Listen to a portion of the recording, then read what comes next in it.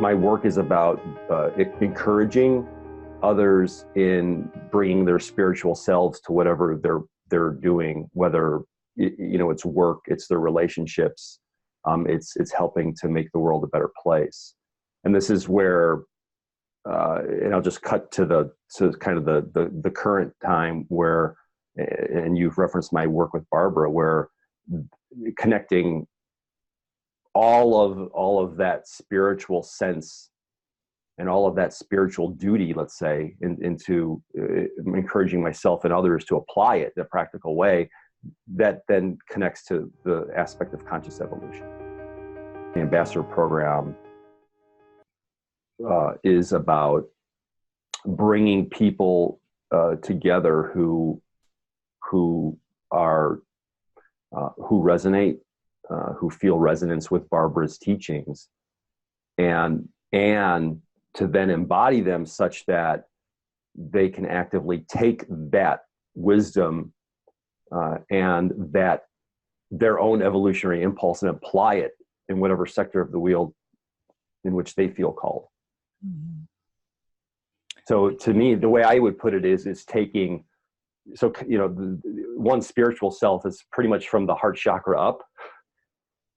And the work of the ambassadors is taking all of this that's been developed here and now bringing it down to the lower chakras, bringing it to earth and doing it in a practical way.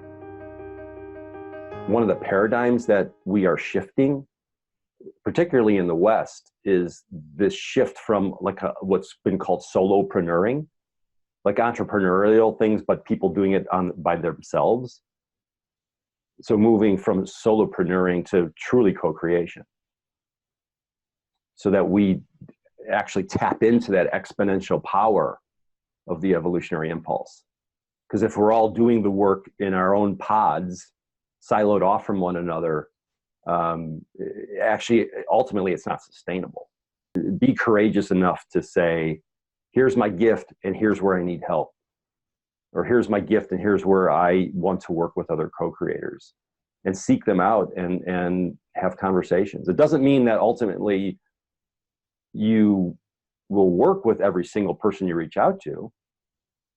Yet, once you put the invitation out, the evolutionary impulse can't help but respond to your request. There's nothing wrong with having a big vision at all, right? If your vision is like a world peace, and specifically like the end of all war, let's hold those visions. Because collectively, as we hold those visions, they ripple, right? They actually, the consciousness of those visions pervades. So that means we have a choice. So we can choose to use the power for good, to evolve. We can choose to use the power to devolve. And if we can I believe if we keep that in mind, moment to moment, it's going to always inform our choices. Mm.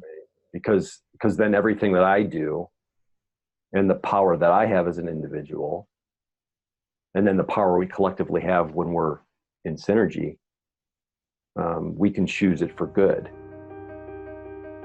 So are we courageous enough as a humanity, as Homo universalis, to practice love universally? I think that's the difference. Homo sapiens, our love is anthropomorphic. It's human to human based. Mm-hmm. Homo universalis, which is the new human, is truly loving universally. Mm-hmm. And let's be courageous enough and again be gentle with ourselves as we do that, because it's not always easy.